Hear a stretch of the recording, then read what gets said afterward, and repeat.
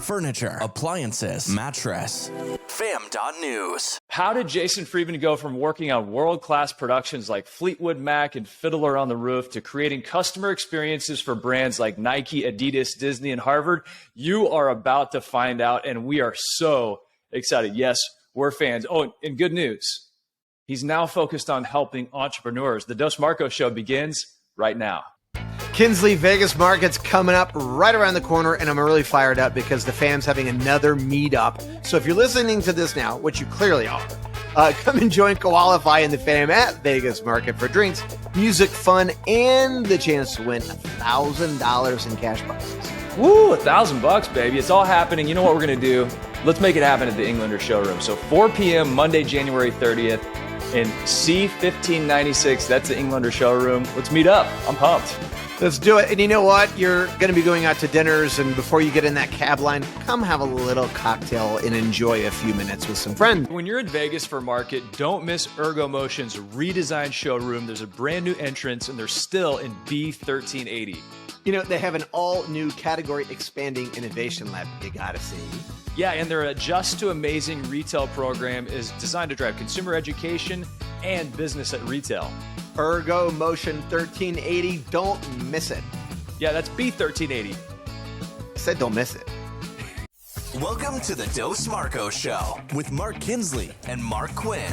The galaxy's greatest mattress podcast has liftoff in 3, engine start 2, 1. Jason Friedman, welcome to the show. We first came across your name when we had Jesse Cole from the Savannah Bananas on the show. This has been years ago now, and something he said that he attributed to you stuck with us and has never left our brains. And actually, we've been promoting and championing for a long time, and that was the idea that businesses win in the transitions. Before we get to all that, Jason, welcome to the show. Tell us about yourself. Hey, Mark and Mark. Thank you both for inviting me to be part of the show. Really excited to do that. It's always nice to have a few fans out there that you didn't know about. So thank you for that. Appreciate it. Yeah, I mean, my background is theater all the way. I started out doing theater when I was 8 years old in summer camp and just learned through that Mr. Miyagi kind of method behind the scenes, like how to create experiences, because I've just been doing it for so many years, from building sets, lights, sound, you name it. How do you help people, how do you tell a story to people so that they really feel it, so they experience it, so they're present when they consume that story, and hopefully so that story moves them and they want to tell other people about it. And so kind of just growing up doing that and like loving it, found myself in the world of retail and hospitality, helping to bring theater into brands and businesses like you and I have, and everywhere in between. And it's been an amazing journey and a whole lot of fun getting to meet people like yourself. So that's my quick and dirty background. I want to get into it, Jason, because whenever you think about the business that you're in and the businesses that you're helping, something that you said to Jesse and something that you said to me in some of our previous conversations revolves around this idea. And this also stuck with me, and it goes back to the transitions. You said in theater and in stagecraft, you spend more time rehearsing the scene changes than the actors and the team did rehearsing the scene. That kind of blows my mind. Talk us through that and why that is. Yeah, well, the first key thing there is rehearsing, right? Like too many of us that have businesses, we don't rehearse anything. We don't practice anything in our business. And I think we should, right? So I'll just leave the rehearsal part there for a second. But the idea of rehearsing the transitions is something I learned in theater. And to what you just said is really true. Like we spend a lot of time practicing those scene changes, right? And so imagine like the actors are off doing their thing. They're learning their lines and practicing with one another. The backstage kind of people, they're building the sets, they're designing the lights, they're doing the audio, they're building the props and costumes. And then we bring it all together. And so everyone kind of has their stuff ready, but now we have to make it work. And what I experience and what most people in theater will tell you is like we do these things called cue to cue tech rehearsals. And so you go from one scene to the next scene, And all these things happen. Like, so imagine that you're in a Broadway show or your favorite theater show. And it's like all of a sudden the lights kind of fade out. The actors kind of scurry off stage. The sets change. Curtains come in. Curtains go out. The music's playing. And then all of a sudden the lights come up and you're in a different place. You were maybe transported from one city to another, or one time of day to another, or one location to another. And all of that has to happen as quickly as possible, or the audience just disappears, like they lose their focus. And so keeping the audience's attention and their focus is so important that we have to make sure that there's no challenges or no hiccups, or it's as smooth as humanly possible in those scene changes. And people could get hurt, right? Like there's things moving, there's scenery moving, there's stuff flying up and down. And so throughout that whole process, it has to be safe, it has to be quick, it has to be efficient.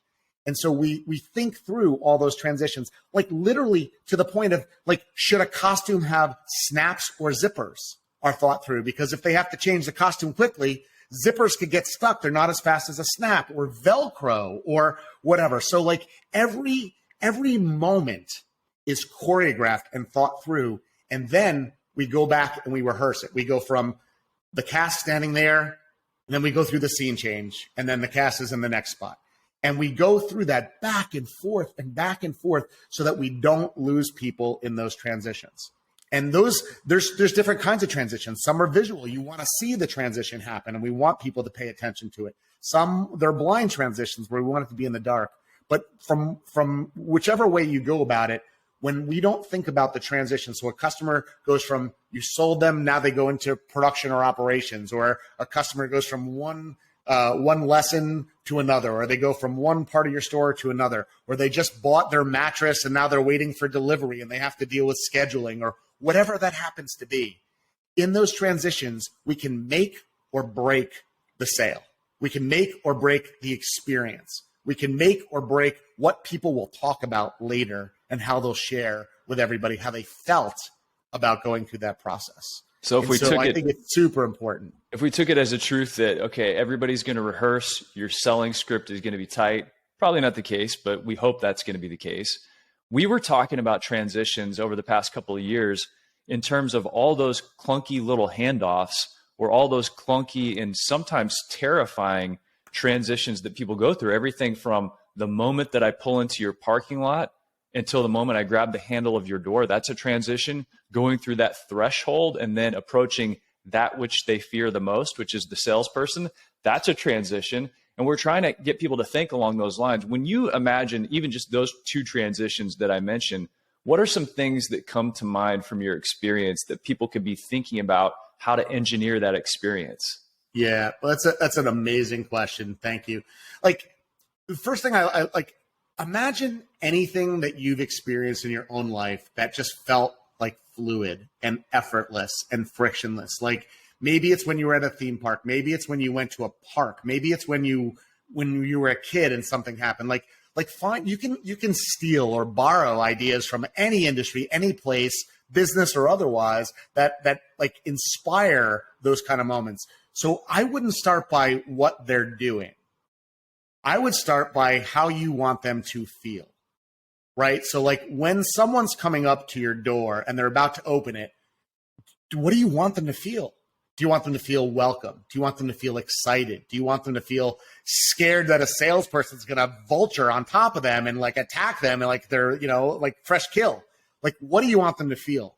And once you know that, it's like, okay, what are all the steps that are taking place, and how can I help them feel that way? Like, what are the things that I can do? What are the things that I could not do? How can I help get them to have that feeling? And so, what I talk about a lot is people are on an emotional journey as much as their physical journey, right? And you can't necessarily control what happens before they're in your ecosystem, but you sure as heck can help once they are in your ecosystem. And that experience, it starts long before your front door. It starts long before the parking lot. Like, how did they know to come to your parking lot? What was that impetus? And so how can you start to pre-frame what that experience is and start set expectations way back?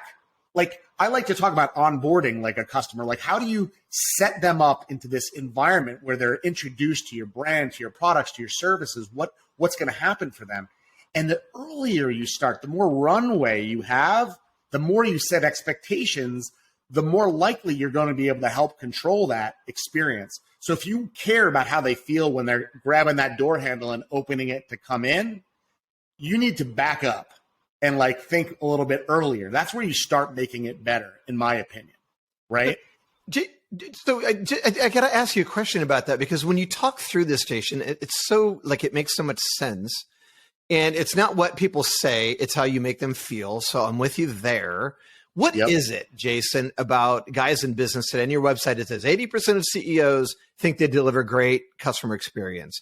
8% of their customers do, right? What is it about people running businesses today where they do not value the intangible of what they're doing? What is it? And for those that do, what are they getting from that, right? So if they get there and you can get them there and then they value it and then they invest in it and they think through it and they create cool experiences, like what is there for them? What's the brass ring? Yeah, I mean, that's an amazing question. I don't know that I know the right answer to that, to be totally honest with you. I know what I've seen, what I've experienced. And so what I do know is everything out there, like if you're gonna go out and look for like how to build your business, how to scale your business, how do you grow your business, most of the training is on how to get new customers, how to increase your conversions, how to make things, how to do better advertising, how to like do better promotions, how to give better sales, how to give better discounts, how to stop it's not really focused as much on how to make your customers have an amazing experience, right? We've as a society, we've valued sales, traffic, and conversion more than we have valued loyalty. And we haven't really come to a place, I believe, where people understand how important loyalty is. Like loyalty, in my opinion, like, and beyond loyalty, like brand evangelism, right? Like ambassadors, like people that love your brand are so much more valuable than anything else. Like if you have people that feel that good, like I don't think it's worth, and this is going to sound crazy, I know, but I don't think it's worth focusing so much on the advertising and bringing new customers in if you can't focus on keeping the customers and making them happy first. Because, and there's an argument that's like, look, but if I do 1% and it only costs me this much and I'm bringing that many in and most of them are okay, I'm going to make money. Sure you will. Like that's okay. And if you just want to make some money and you don't care about being really optimized and growing a really big, scalable, successful business that has raving fans, that's great. Do that. But if you really want to scale your business, like if every customer that came in told 10 more people about how amazing it was, you've got this built-in engine that's bringing your customers in. So like the gold ring, right, for you is if you can make it so great that people love your product, your service, your experience, they're going to tell more people. And as you spend money on the front end, as you acquire more customers through ads and traffic and promotions and everything else you do, you're going to get more conversions. You're going to have better testimonials. They're going to be better social proof of what you're doing, right? And I think it's just we're everything we see out there is so focused on those other things, right? I was mentioning to you guys earlier when we were chatting, like, you look at the big phone companies, wireless carriers, the cable companies. Everything is about incentivizing new signups. If you've been a customer for 5 years, you get the worst pricing. You get the worst deal. And to them, it's like, oh, well, we were giving a better deal to the new people to try our service. But you like it, so now you're getting the normal price. You got that benefit. And it's like, yeah, but I feel punished.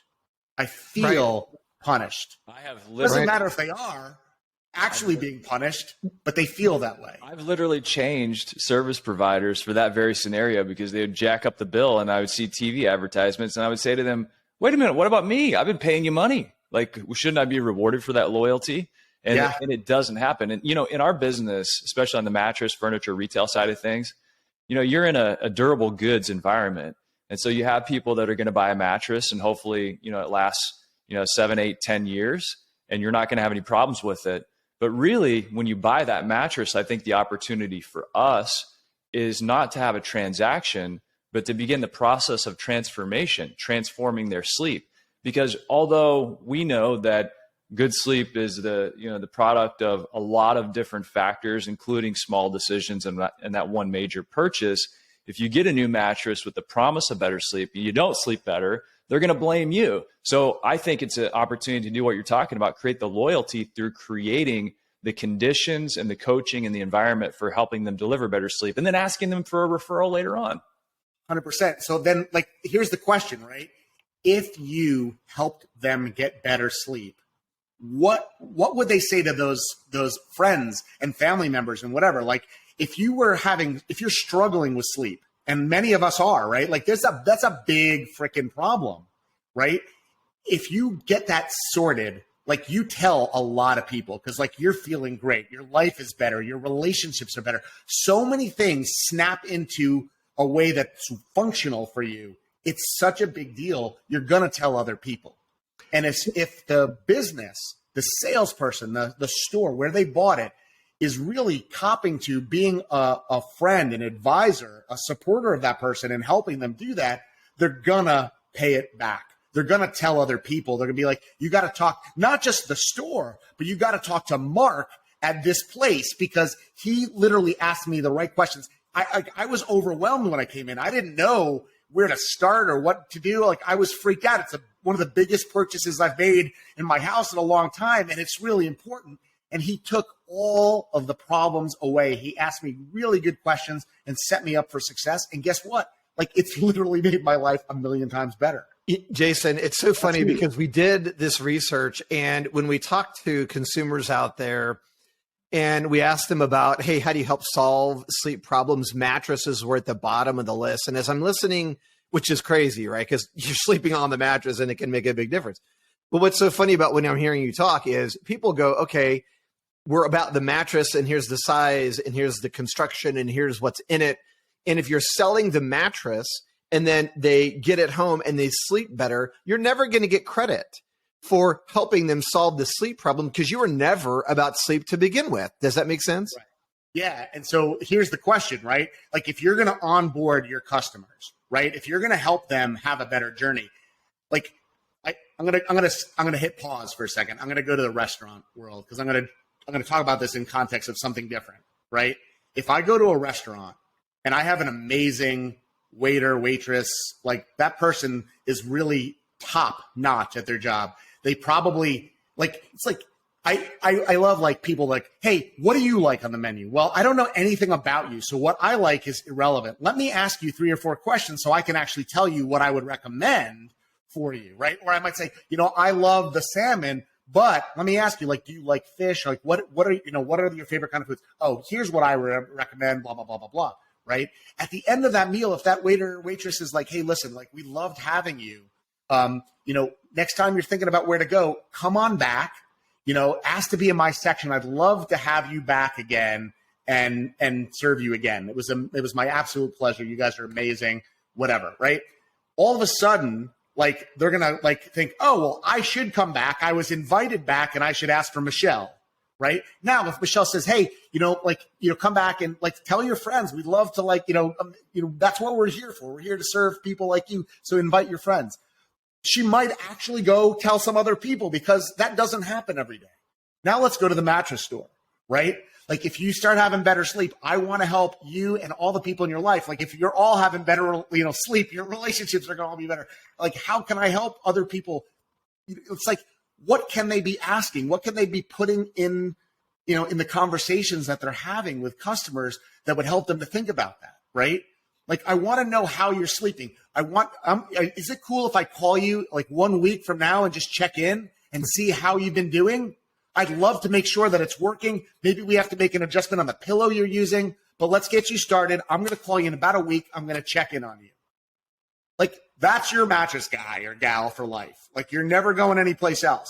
And you're serving people, right? You're not selling to them. You're really in it. They feel you. They know that you're invested in their outcome. And I love that. Okay. So Jason, you've been in theater and you've helped construct some amazing experiences for people as they watch the shows that you help build. So how is it that you took that experience and applied it to business? Can you take us through? I know you told us a good story about Foot Locker. Can you talk about the application of the experience in those things and apply it to how you first kind of started inserting it into the business world. Yeah, sure. And I'll tell a quick version of that Foot Locker story, but this is all kind of accidental. I'm big on intention nowadays, but back in the old days when I was first starting out, lots of things just kind of happened. And so I was in that theater world, and I was invited by someone I knew to help create what would be a store of the future. And it happened to be for Foot Locker, right? Right place, right time, knew a couple good people, and I found myself in this place. And what they were dealing with was the internet at the time was the big threat to retail. Like, people are going to start buying online. They didn't know what was going to happen. And they wanted to create like a store of the future. What could we do to make the retail experience so good that you wouldn't buy online? And so we were in this opportunity to like really imagine what would be a better thing for people in retail. How would we compete online? And so as we were in the store that they were looking at, we were kind of talking with the executives. They were like, we want to put TVs and screens everywhere. We think if it's like high tech and cool, like, lots of stuff all over, it would be great. And, I was like, okay, why? Like, why do we want the screen? And my reason, the question behind the question was, where do I need to put an electrical outlet so that I could make sure that the TV would work? Like, that was my thinking. I was like, how do I make this happen for you? And they started to say, well, we want them to, be introduced to products they might not have purchased otherwise. And so I was like, okay, so where would you think about this? And like, they picked a big empty spot on the wall. And I was like looking up there and I'm like, okay, that seems odd. Like, why is that space empty in the first place? And I said, so like what would they do right after they saw the screen? They'd go buy something. Like, they'd want to explore that product, see if they have it in their size. Like, they'd want to own that. And I'm like, okay, so like maybe putting this thing out there in this like blank spot on the ceiling is not the best spot. Like, how do we bring this into that journey? Like, and so we started thinking more and more about that idea of theater. Like, what is the story we're telling? What is the script of what the story is? And then how do we bring that to life through lights, sets, sound, the environment, the way we tell that story so that it's captivating. So that they're on a journey, they're on an emotional roller coaster ride, and they're engaged, right? Theater is about engagement. The lights go down, you kind of forget about the outside world, and you're present. Whether it be the movies or you're in a Broadway show, you're very present in the moment. And so in a retail store, you've got all this craziness going on. You got your kids. You're like, there's, it's nuts. And you're not focused. And like, it's like, you probably want to get home. I mean, at least if you're the guy, maybe you want to get home. I don't know. Like, I don't like to go shopping. So like, maybe it's not where you want to be, but if I can get you to kind of suspend that for a minute and focus in and join me and go on a ride and go on an adventure, you're probably going to buy more stuff. So we started to think, like, what would actually have to happen for me to spend some more time in the store? And if I did spend more time, what would actually help me enjoy that time that I spent and get me excited about the products and services that I'm looking at? And part of it is like, people that are coming in there are already predisposed to want to buy those things, right? There's kind of a filter of knowing who that brand was in the first place. But now that they're there, how do we create more excitement, more energy? So we looked at the different ways that people would go through the store. Where did media need to be that they would kind of stumble over it or draw them in and pull them through? What would the path look like through the store? What would they see first, second, third, fourth, fifth? And really, by designing that journey and bringing them through that, using all of these like momentum injectors, all these tools that would help keep moving them through that path, all of a sudden we were able to create a massive influx. We had a 400% increase in store sales just from doing our first prototype. And they're like, holy cow, that's amazing. That one was in Watertown, Massachusetts, right outside Boston, right? So then they're like, is that possible? Like, this has got to be a fluke, right? Like, so then we did a second one. We did it in Oak Brook, Illinois, right outside Chicago. 400% increase, same store sales. Then we did another one in Stamford, right outside of New York City, Stamford, Connecticut. 400% increase. And so we started rolling them out at different levels based on the areas. Some of the big areas were like an A flagship. Some of the smaller populated areas might be a B, a C, D, whatever. So that we were, it was relative to the investment that made sense. But we were getting that same result because it was about understanding the customer and giving them like the right experience. And so like, as you were talking about earlier, the same idea about going into that store, it's like, maybe the experience is that I don't want them to open the door. I want someone to open the door for them. Maybe the experience is not that because it feels too threatening that someone's coming out to greet them. Maybe they want to open the door, but what do I want them to see first? What is the context? What is the frame? And is there a way to tell them before they even come to the store what they should be looking for, or what they could expect, or what the experience could be? So what is that journey? And are there different paths that they should go through the store depending on what their needs are? If I have back problems, go this way. If I have this, go that way. If I'm a side sleeper, do this. If I'm a, whatever. So like, there's different ways. Know the customer and then figure out what is the path that you want to bring. So we use that background in theater to get them to be present, to get them to be focused, to use it to help tell that story for that audience member so that they had a great experience. And hopefully they give you that standing ovation at the end. They buy something and they tell other people because it was amazing. Jason Friedman, we're talking about customer experience. You can check out more about Jason and his company at CXFormula.com. And I want to put a big exclamation point and a double red underline on something here. Your largest company was named to the Inc. 5000 list of fastest growing companies for 3 consecutive years. And you talked about some of those same store 400% sales increases. So this is, as you zoom out, this might seem overwhelming for some people. It might seem daunting to try and figure out all these different things. But as you think about how to help people apply some of this in business, I know that you have CXFormula.com and you recently launched something called the Kinetic Customer Formula Program, where you've really distilled this down. Let's get into that. But I first want to talk about something that you mentioned to me a while back, which was you want to script the reaction you want and reverse engineer that to create the reaction. Let's start there, and then we can get into everything else you've created to help people. Yeah, for sure. We call that the ideal customer script, and it's like very basic, right? It's like, what if someone had a great experience with your store, what would you have them do at the end? Like they were driving home and their best friend calls them on the phone and they're telling them about what just happened.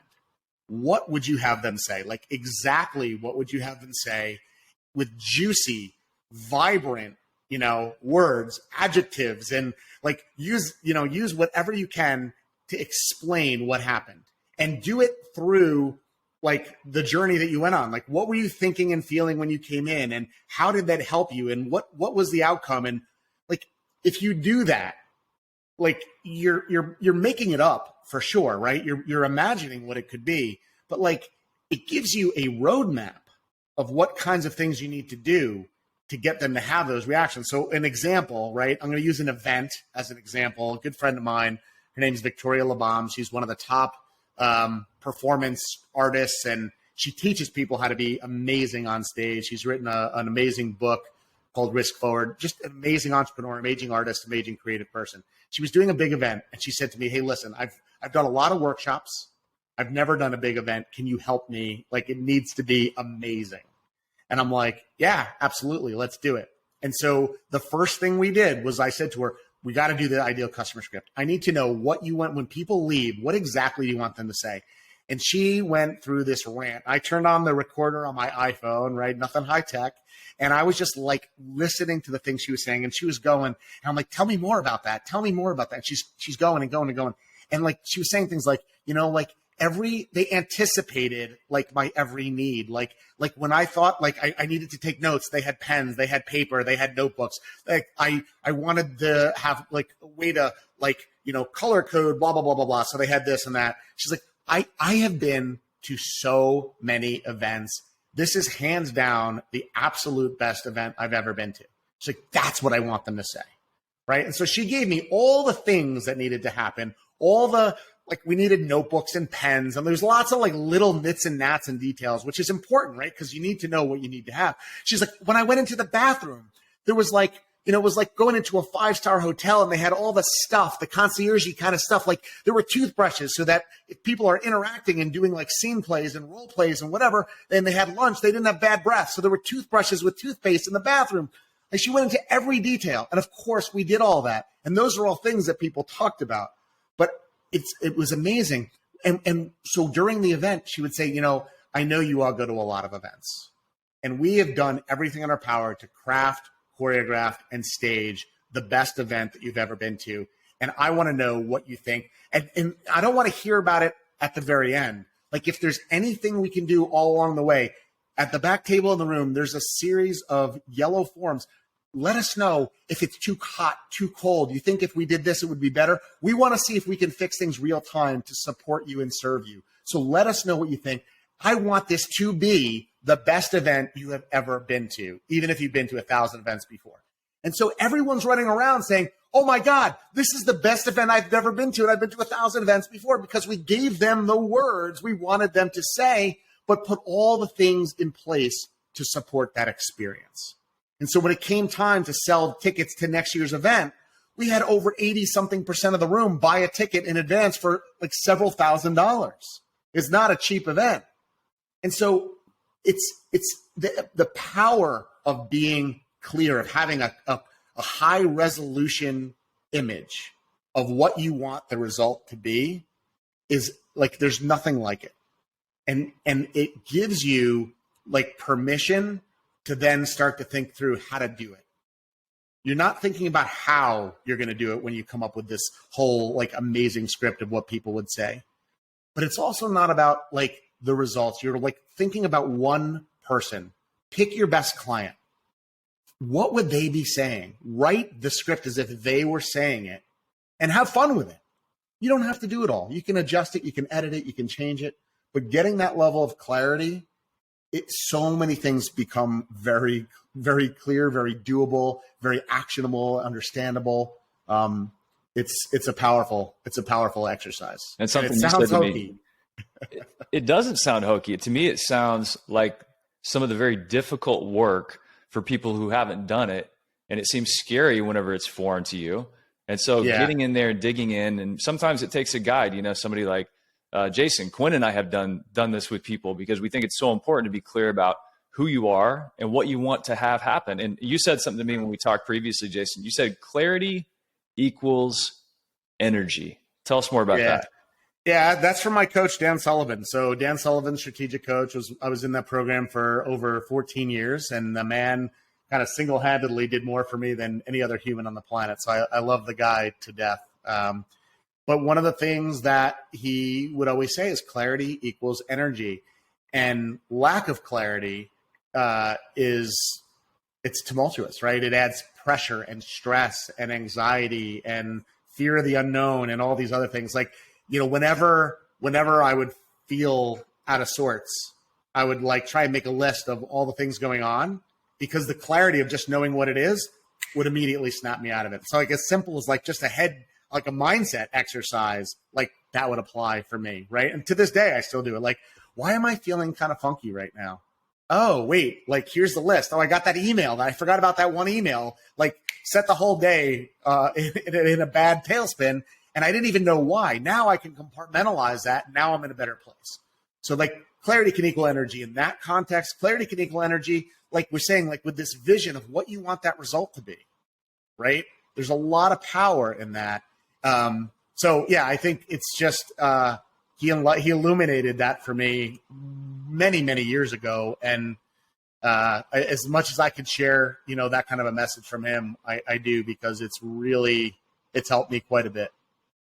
Well, speaking of helping quite a bit, tell us about the Kinetic Customer Formula program, because when you took me through this previously, when we were talking, obviously, just for people who missed the very beginning of the show or have forgotten, if I could buy the Jason Friedman jersey and subscribe to Jason Friedman Weekly and stalk Jason Friedman on Twitter, I'd probably do it. I probably could do that. That's an easy one. But I'm a huge fan of just the way that you think about constructing experiences, especially in a world where people sometimes hesitate to put on pants, leave their house, and stop clicking buttons online to order things. So what are people going to leave the house for? They're going to leave the house for an amazing experience that's literally remarkable. Something they're willing to tell their friends and family about. And so when I look at what you're doing for people, you're actually bringing people out into the world in healthy, positive ways to create interactions. You're helping people do business in their communities. You're helping entrepreneurs. And I know that you told me previously, you've got these very intense, robust courses that help people do what you're talking about doing. And one of the hurdles that you had to overcome, you and your team, was how do we distill this down into its imperative parts and deploy that into the world? And I think that's what you've done. Well, that's what we've attempted. We'll see. We're excited. It's going to be launching soon, very soon.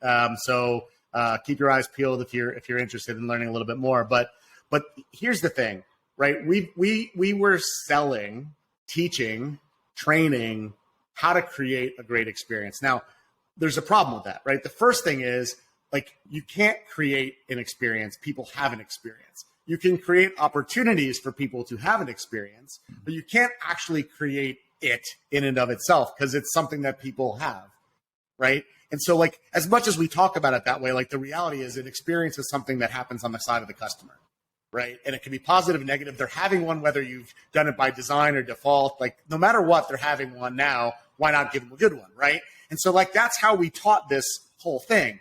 And there's so many things that you can do and think about and whatever. And so we had people going through this program, and like a lot of them had amazing results, like implemented things, and these things had big ripple effects, right? That's amazing. We also had people that went through, loved it, would tell you to go buy it, go do it today, but they didn't take a lot of action. And I hate that. I don't want people's money. I want them to get results, right? It's important to me that people get results. I believe in entrepreneurs. I am an entrepreneur. I want to help other entrepreneurs, like you said. And so I wanted to find, like, part of the way I teach this is like, and I've always thought about it is, I want people to have as smooth and frictionless an experience as possible. And if they're not taking action, then I've got a big friction point that's not helping them. And it's not always me, right? Like, you're not going to solve everybody's problems. Not everyone's going to take action. But I started looking at inside and saying, well, is there something else I could do? Could I make it easier? Could I simplify it? Can I do more for them? Like, in the preparation, like, what else could I do to make sure that more people got results? And a good friend of mine, another great entrepreneur, Olivier Roland, he's a French entrepreneur. He is like the Pareto principle guy. He like is always about, what is the 80-20 of this? What is the 80-20 of that? He asks that about everything.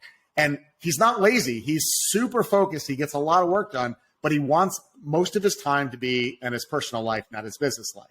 So everything's like, how do I get the 80-20 out of this in my business? And he asked me the same question. He's like, dude, what's the 80-20 of everything you teach? Like, how do I get most of the results with like the littlest amount of work? And so that became the frame to think about revamping like everything we've ever done. And it was an amazing question. I encourage everyone to ask that question about your business, your life, anything, because it's good. And I've done it in multiple areas, but I don't have a practice for doing it. He's got a practice. He is routinely asking that question. I do it sporadically when I'm reminded to, right? But this time I did. And so we started to think, okay, what would that look like? And the first thing we realized is, it's like the idea of selling people the plane or the destination. Like, people are getting to Hawaii. They're not buying necessarily the travel in itself, right? So the plane is not the thing, it's the destination. And so what we were selling them was this idea of creating a great experience. It really was more of the plane. What they want is more customers. What they want is more engagement. What they want is people getting results and telling other people. And so we started to understand that really the secret sauce is taking customers who have potential. It's like the idea of a slingshot, right? I have a ball in a slingshot and I pull it back, and that's potential energy. The second I release it, it turns into kinetic energy. It's motion. It's moving forward. It's always positive.